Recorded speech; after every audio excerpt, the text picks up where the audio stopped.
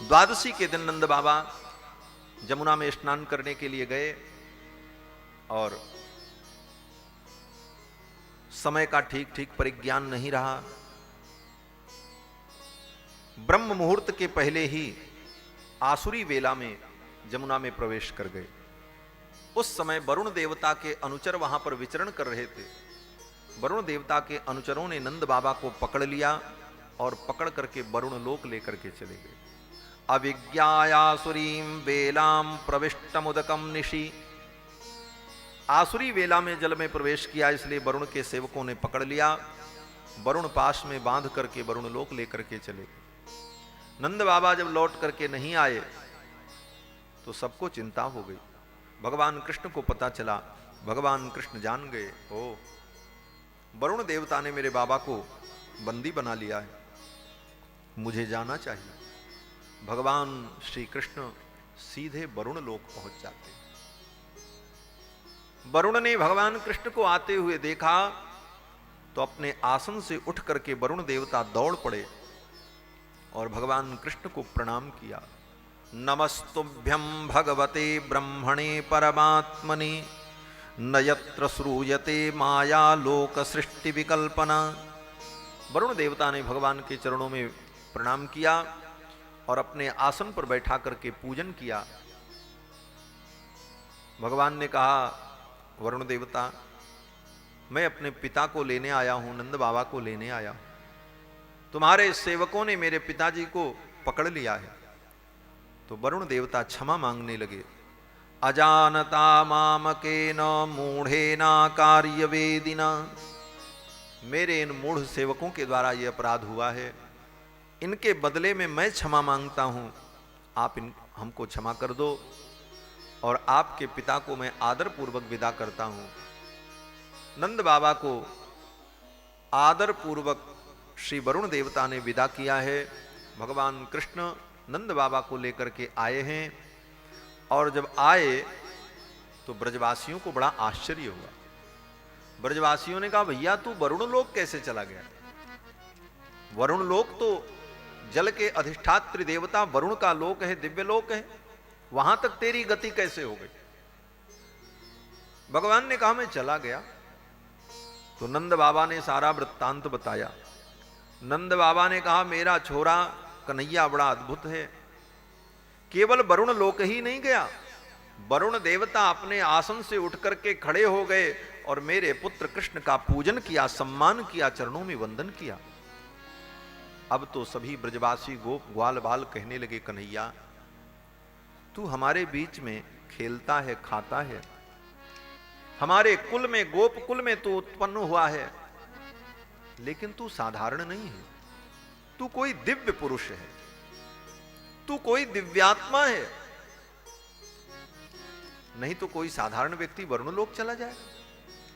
और तेरी लीलाओं को हमने देखा है, तूने गोवर्धन पर्वत को उठा लिया, तूने अग्नि को पी लिया, तू कोई विलक्षण पुरुष है। आज तुझे बताना पड़ेगा कि तू कौन है। भगवान ने मुस्कुराते हुए कहा, मैं तो तुम्हारा सखा हूं।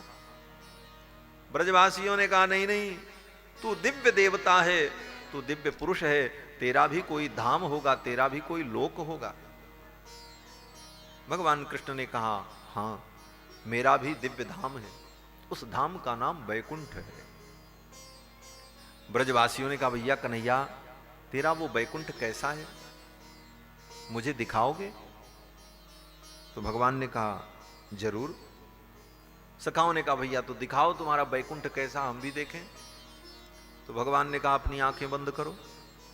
सभी सखाओं ने अपनी आंखें बंद की। इति संचित्य भगवान महाकारुणिको हरिः दर्शयामास लोकं स्वं गोपानां तमसः परम।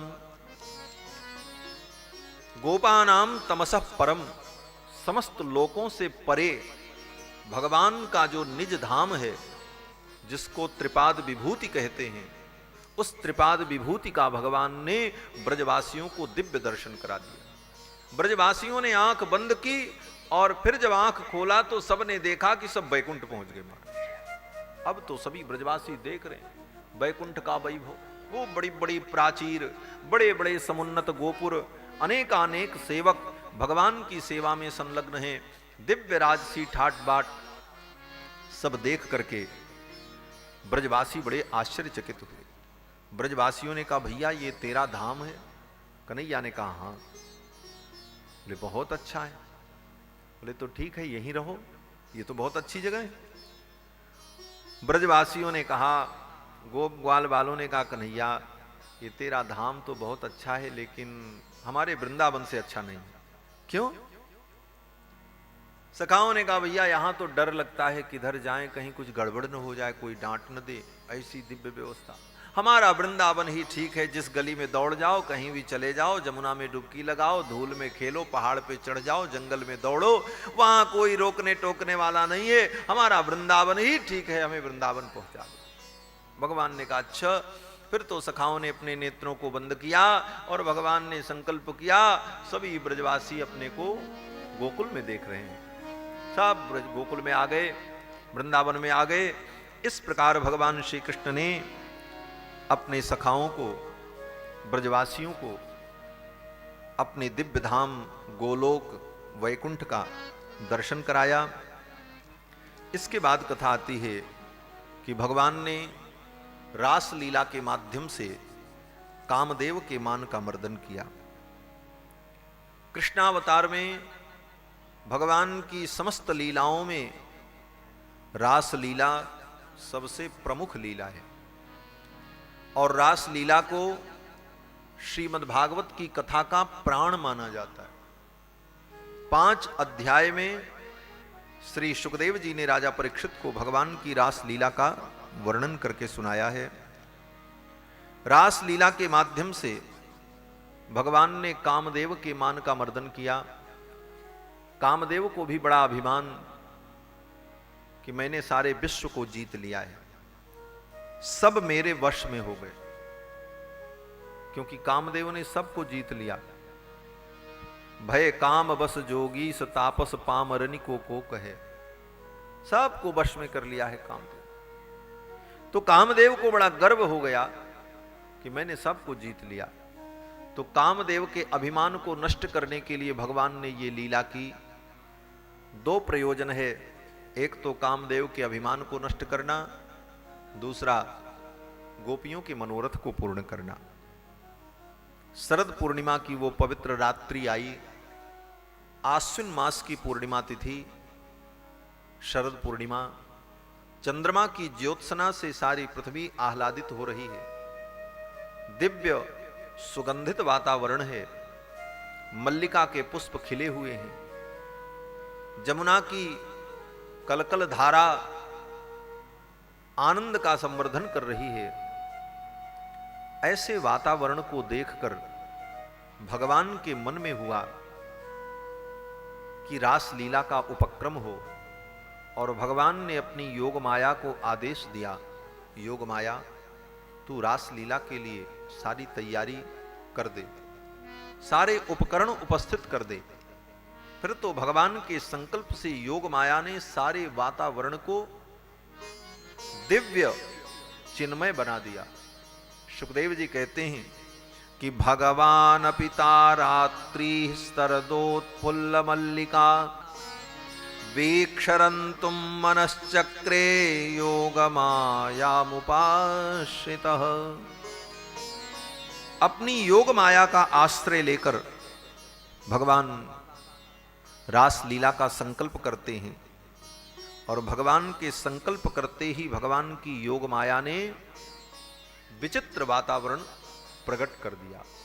तदोडुराजक्ककुभक्करैर्मुखं प्राच्या विलिम्पन्नरुणेन सन्तमैः सचर्षणीनामुदगाच्छुचो मृजन् प्रियप्रियाया इव दीर्घदर्शनः। पूर्व दिशा में पूर्ण चंद्रमा का उदय हुआ और चंद्रमा की किरणें पृथ्वी को आह्लादित करने लगीं। मल्लिका के पुष्प खिल गए। जगौ कलम्बाम दृशाम मनोहरम। और भगवान श्री कृष्ण ने अपनी वंशी को अपने अधर के ऊपर पधराया और गोपियों के चित्त का हरण कर लेने वाले सुंदर सुमधुर स्वर लहरी को प्रकट किया। भगवान वंशी बजाने लगे। सुखदेव जी कहते हैं कि जगौ कलम बाम दृशाम मनोहरम, बाम दृशाम गोपिका नाम मनोहरम, गोपियों के मन का हरण कर लेने वाले सुंदर स्वर का प्राकट्य हुआ। भगवान वंशी बजाने लगे। निशम्य गीतम तदनंगवर्धनम ब्रजस्त्रिय कृष्ण गृहीत मानसाः। भगवान ने जब वंशी बजाई तो वंशी की ध्वनि को सुन करके जितनी गोपांगनाएं थीं अपने घर के सारे कार्य को छोड़ करके दौड़ पड़े। ये भगवान की वंशी बड़ी विलक्षण है। देखने में तो ये वंशी है, बांस की है, लेकिन ये किसी लौकिक बांस की बनी हुई बंसी नहीं, अपितु भगवान शंकर ही वंशी बनकर के कृष्ण के अधरों पर विराजे। वंशस्तु भगवान रुद्र, भगवान रुद्र भगवान शंकर ही कृष्ण लीला में भगवान के अधरामृत का पान करने के लिए वंशी बनकर के प्रकट है, और वो भी सखी रूप में। बंसी प्रिय सखी प्रोक्ता, ये भगवान की प्रिय सखी है वंशी। भगवान शंकर ही सखी बनकर के वंशी बनकर के कृष्ण के अधरों पर विराजते हैं। और भगवान का स्वरूप कैसा है?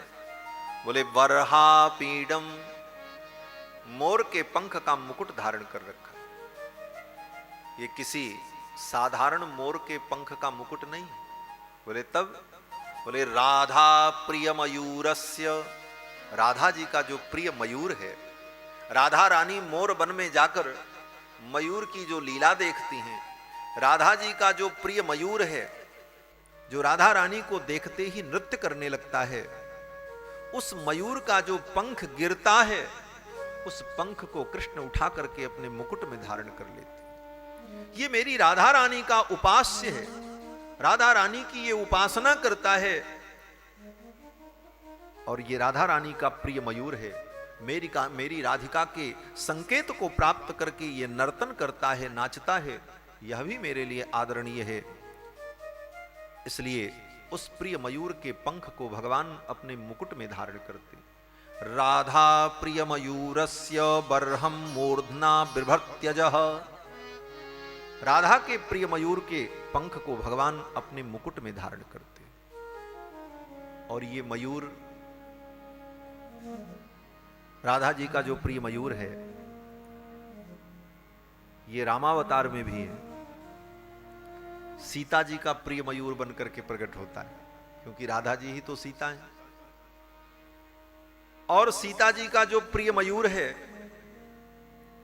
जनकपुर में पुष्प वाटिका में जब जानकी जी जाती हैं तो मयूर नाचने लगता है, और उस मयूर के जो पंख गिरे उसको भगवान श्री राम ने उठा करके अपने मुकुट में लगा लिया। ऐसा मत समझना कि केवल कृष्ण ही मोर पंख धारण करते हैं, राम जी भी मोर पंख को धारण करते हैं।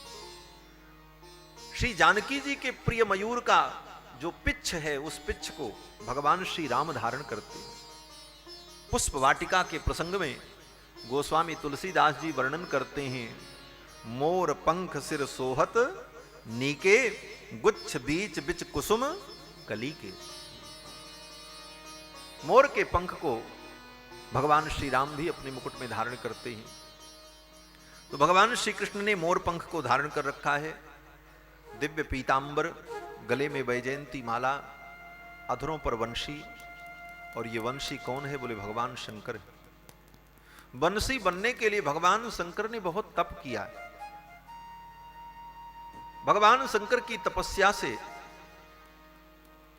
भगवान कृष्ण प्रसन्न हुए। भगवान कृष्ण ने कहा, भोलेनाथ आपने तप किया है, वरदान मांगो, क्या चाहिए? किस कामना से आपने तप किया?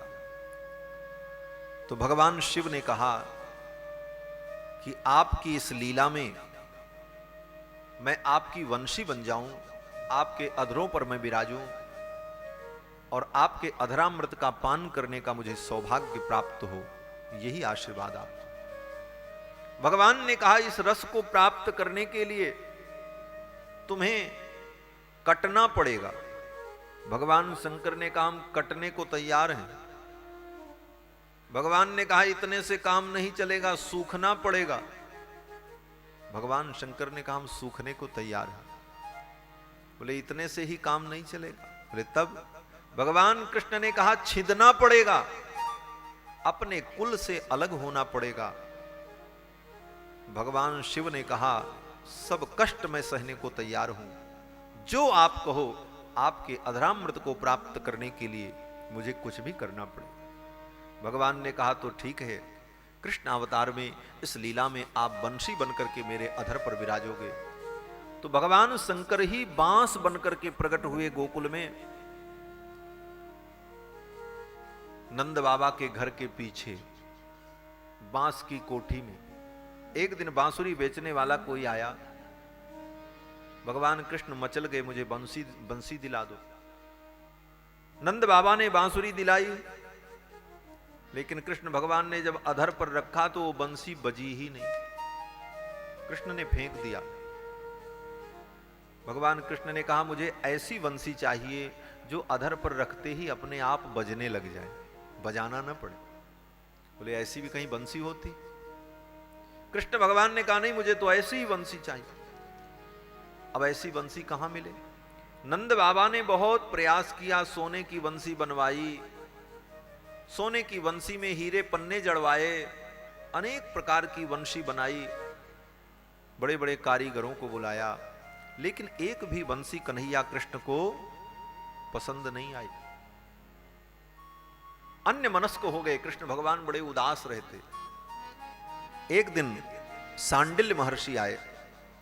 सांडिल्य महर्षि ने नंद बाबा से कहा बाबा आप बड़े उदास लगते हो, क्या बात है?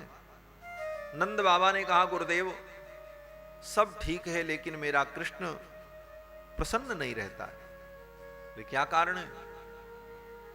नंद बाबा ने कहा वो बंसी के लिए आज के 2 दिन पहले मचल गया और आज तक मैंने जो भी व्यवस्था की कोई भी बंसी उसे पसंद नहीं आई। मैं क्या करूं, कहां से उसके मन लायक बंसी ले आऊं? सांडिल्य महर्षि योगी हैं, योग बल से महर्षि सांडिल्य ने सब जान लिया और महर्षि सांडिल्य ने कहा नंद बाबा दुनिया की कोई बंसी उसे पसंद नहीं आए, मैं जो कहता हूं वो करो। नंद बाबा ने कहा आप बताओ, आप जो कहोगे मैं करने को तैयार हूं, अपने कृष्ण की प्रसन्नता के लिए मैं कुछ भी करने को तैयार हूं। नंद बाबा ने कहा, सांडिल्य महर्षि ने कहा नंद बाबा आपके घर के पीछे जो बांस की कोठी है ना, उस बांस की कोठी में एक सीधा बांस है बीचों बीच में, बहुत सुंदर है। नंद बाबा ने कहा हां एक बांस तो है, और इतना सुंदर है, इतना चमकीला है, और वो कभी बढ़ता भी नहीं, सूखता भी नहीं, और उसकी सुंदरता के कारण आज तक हम लोगों ने उसे काटा भी नहीं, उसका कोई उपयोग नहीं किया। सांडिल्य महर्षि ने कहा बस आज उसके उपयोग का समय आ गया है, उसी बांस को कटाओ और उसकी बांसुरी बनवाओ, कृष्ण को पसंद आ जाएगा। वो बांस कोई और नहीं, भगवान शिव ही बांस के रूप में प्रकट थे।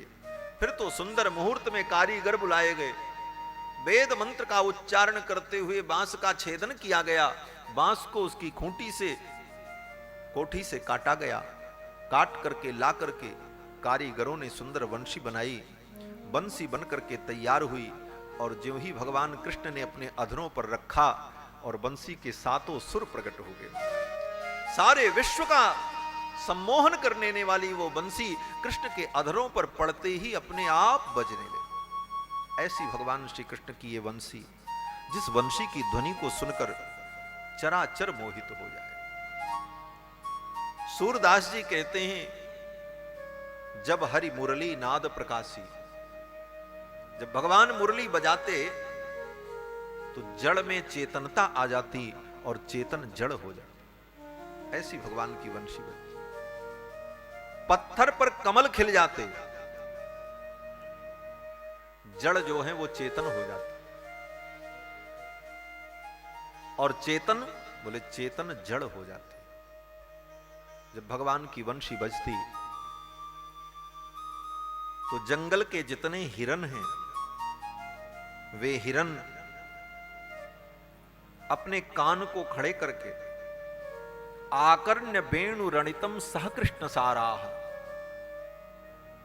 अपलक नेत्रों से कृष्ण को देखते हुए कृष्ण की वंशी को सुनते, जैसे कोई मूर्ति खड़ी हो। हिरन इतने चंचल होते हैं लेकिन उनके अंदर जड़ता व्याप्त हो जाती। हिरन हिरनिया सब झुंड के झुंड जहां वहीं खड़े होकर मूर्तिमान होकर कृष्ण की वंशी को सुनते। गोपियां कहती हैं, अरे सखी धन्यास्म मूढ़मतयोपि हरिण्ययेता। अरे ये मूढ़मती हिरनियां कितनी धन्य है। सखी ने कहा क्यों? बोले देखो कृष्ण की बंसी को कितने प्रेम से सुन रही हैं, और देखो इनकी धन्यता, इनके पति कितने अच्छे हैं। बोले पति अच्छे हैं? बोले हां, इनके पति स्वयं इनको लेकर के आए हैं कृष्ण का दर्शन कराने के लिए। आकर्ण्य वेणुरणितम सह कृष्ण साराह। कृष्ण सार मृग जो इनके पति हैं वो स्वयं इनको लेकर के आए कृष्ण का दर्शन कराने के लिए। ये कितनी सौभाग्यशालिनी है। और हम लोगों के पतियों को देखो, कृष्ण का दर्शन करना चाहें तो वो बाधक बन जाते हैं। गोपियों ने भगवान कृष्ण के वंशी की बड़ी चर्चा की। एक गोपी ने कहा, अच्छा ये बताओ इस वंशी ने कौन सा पुण्य किया था जिस कृष्ण के अधरामृत को प्राप्त करने के लिए स्वर्ग की देवांगनाएं भी लालायित होती हैं, और ये वंशी कृष्ण के अधरों पर बैठकर निर्भय होकर निश्चिंत होकर कृष्ण के अधरामृत का पान करती है। इसने कौन सा पुण्य किया है? एक गोपी कहती है, गोप्य किमाचरदयम कुशलस्म वेणु। इस वेणु ने कौन से कुशल कर्म किए, कौन से पुण्य कर्म किए? दूसरी सखी ने कहा, जान करके क्या करोगी? गोपी ने कहा, अगर पता चल जाए कि इसने कौन सा पुण्य किया था तो मैं भी वो पुण्य कर डालूं, जिससे मुझे भी ये रस प्राप्त हो जाए। दूसरी ने कहा, अरे अरे ये पुण्यात्मा नहीं है वेणु, बड़ी उत्प्रेक्षा है भक्तों की। गोपी कहती है कि इस वेणु ने कोई पुण्य नहीं किया है। अरे ये वेणु कौन है जानती हो? सखी ने कहा, कौन है? बोले ये वही राजा बेन है। राजा बेन की कथा आई थी ना भागवत, जिस राजा बेन ने अपने राज्य में घोषणा की थी, न यष्टव्यम न दातव्यम न होतव्यम दुजा क्वचित। कोई ब्राह्मण यज्ञ नहीं करेगा, दान नहीं करेगा, पुण्य नहीं करेगा। तो गोपी ने कहा, अरे वो तो बेन था, ये तो वेणु है। गोपी ने कहा, नहीं नहीं, ये तुमको धोखा देने के लिए राजा बेन ही उत्व और अनत्व की चुनरी ओढ़ करके आ गया है। बेन और वेणु में कितना अंतर है। बेन के न में ऊ की मात्रा लग जाए और न को न लिख दिया जाए तो वही वेणु है। गोपी कहती है कि उकार और नकार की ओढ़नी ओढ़ करके ये राजा बेन ही मानो आ गया है। और बेन ने तो यही घोषणा की थी, यज्ञ कर्म बंद करो, दान बंद करो, पुण्य कर्म बंद करो, और यही काम तो ये बंशी भी कर रही है। गोपी ने कहा, क्यों? तो दूसरी गोपी कहती, देखो ये बंसी जब बजती है तो हमारे सारे कार्य छूट जाते हैं। न पति की सेवा हो पाती है, न सास ससुर की सेवा हो पाती है, न बच्चों की सेवा हो पाती है, न घर का कोई कार्य होता है। जैसे राजा बेन ने अपने राज्य में सारे कार्य बंद करवा दिए, उसी प्रकार ये वेणु मेरे सारे कार्यों को छुड़ा देती है।